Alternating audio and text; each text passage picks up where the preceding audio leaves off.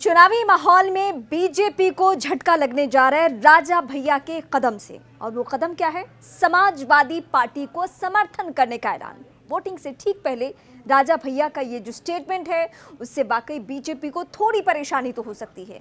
अभी बीते हफ्ते ही अमित शाह से मुलाकात होती है राजा भैया की और कहा यह जाता है कि इस मुलाकात के जरिए पूर्वांचल की ज्यादातर सीटों पर, खासकर उन सीटों पर जहां पे राजा भैया का प्रभाव है, वहां पे बीजेपी को फायदा मिलेगा।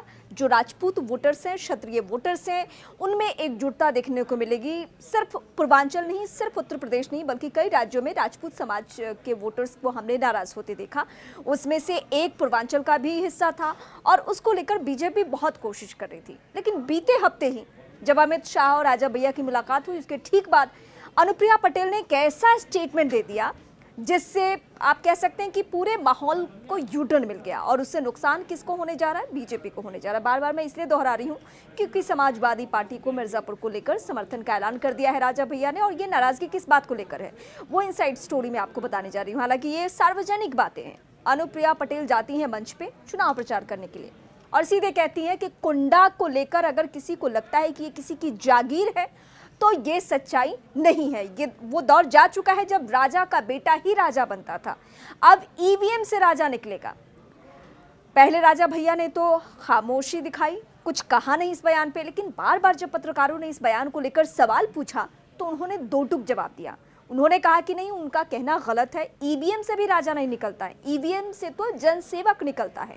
और इसके बाद धीरे धीरे ये तल्खियां और बढ़ती गई। इन तल्खियों को और हवा दे दी रामदास अठावले के बयान ने। रामदास अठावले ने इस बयान को सपोर्ट कर दिया जो अनुप्रिया पटेल ने कहा था, यानी कि कुंडा किसी की जागीर नहीं है। यही सुनहरा मौका है जब आप कुंडा के लोग सबक सिखा सकते हैं।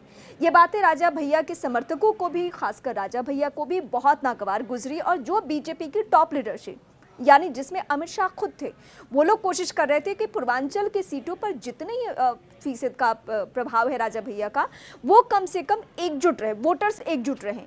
लेकिन अब समाजवादी पार्टी को लेकर सीधे राजा भैया का ऐलान और ये कह दिया गया है कि हम सपोर्ट कर रहे हैं।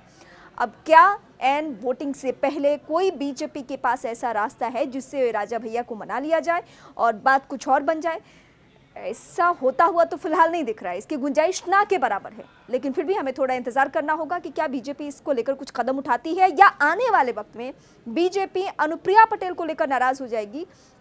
ये भी देखने वाली बात होगी, क्योंकि अनुप्रिया पटेल के एक बयान से पूर्वांचल में आज की तारीख में बहुत नुकसान होने जा रहा है।